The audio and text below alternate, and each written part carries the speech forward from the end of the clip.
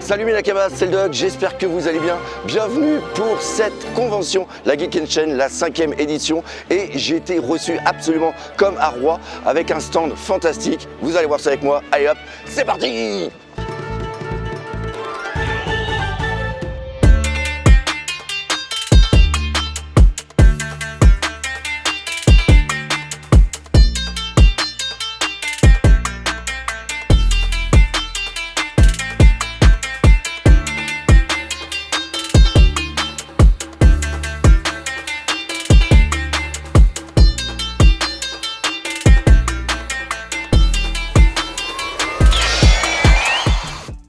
Alors même si c'est marqué One Piece Passion, il n'y aura pas que du One Piece ici.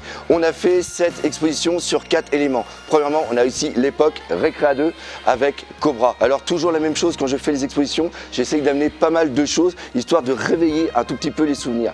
Là ici, nous avons une résine d'Oniri, la première d'ailleurs qu'ils ont réalisée qui est absolument superbe.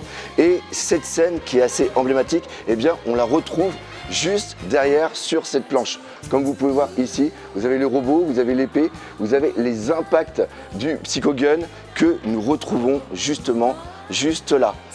Alors après, toujours pareil, quand on expose, on aime bien montrer différents documents. Il va y avoir des cheatés comme ceci qui permettent à l'animateur de savoir comment dessiner le personnage, les différents éléments.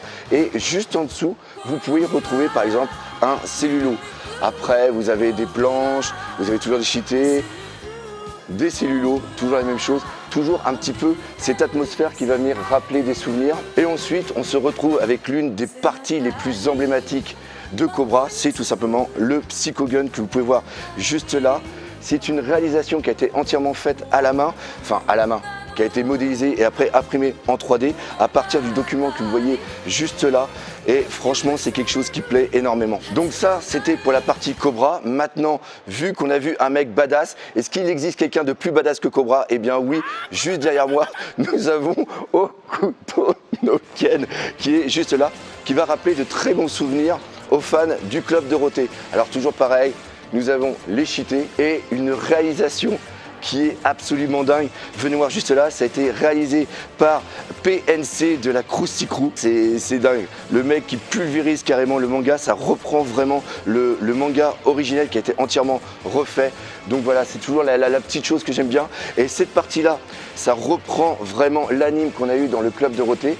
Et après, on bascule sur la deuxième partie où là, on va reprendre les OAV qui avaient été faits. Donc, on peut voir déjà une certaine différence au niveau du character design. Et ce qui est vachement bien, c'est qu'on a ici une petite résine, ma foi, fort sympathique.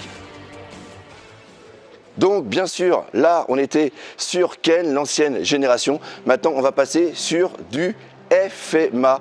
Alors là, nous avons un Papercraft qui est assez dingue. Il fait plus d'1 mètre de haut. Voilà, c'est absolument génial. Ça a été réalisé par Lundi Strife. Vous avez son YouTube qui est juste là, l'atelier du Papercraft. Donc si vous voulez des petits tutos pour vous lancer dans le Papercraft, alors vous lancez pas là-dedans tout de suite, hein, c'est un petit peu démesuré. FMA, bah que dire de plus? Je ne sais pas.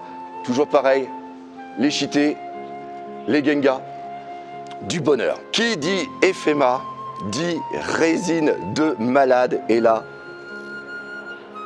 et ce qui est dingue, c'est que la vitrine, là je voudrais faire un petit coucou, c'est obligé, à mon poteau Lufistude. Vous pouvez voir la résine ici, mais vous avez le fond de la vitrine qui est juste derrière, qui a été une réalisation qui a été faite par Lufistude, un truc absolument génial. Ce qui est vachement cool, c'est que justement, il en fait plein par rapport à pas mal de résines. Ça donne toujours un petit côté, un petit plus pour l'exposer. Et voilà quoi, parfois, j'ai pas de mots, Une expo One Piece Passion n'est rien sans la réalisation de notre forgeron fou Iron Atom.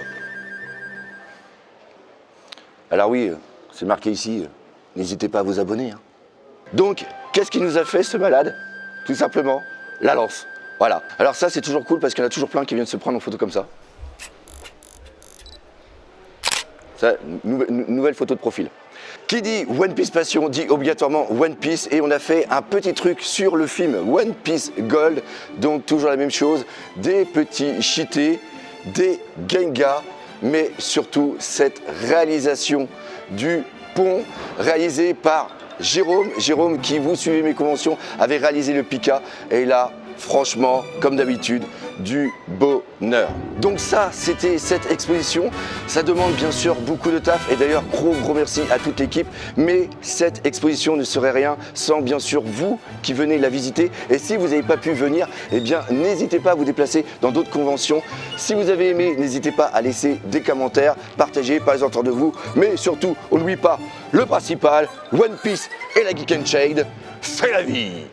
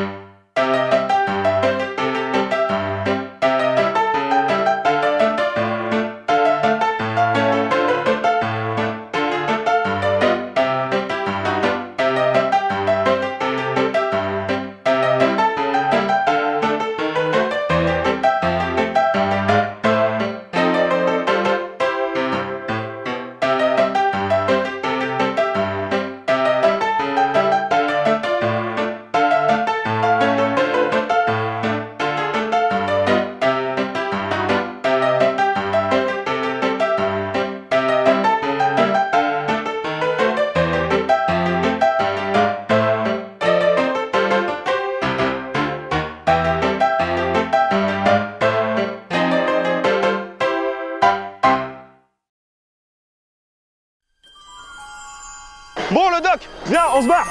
Ouais, il y en a trop ras le cul de ce Covid. Direction la Geek and Shade en 2032.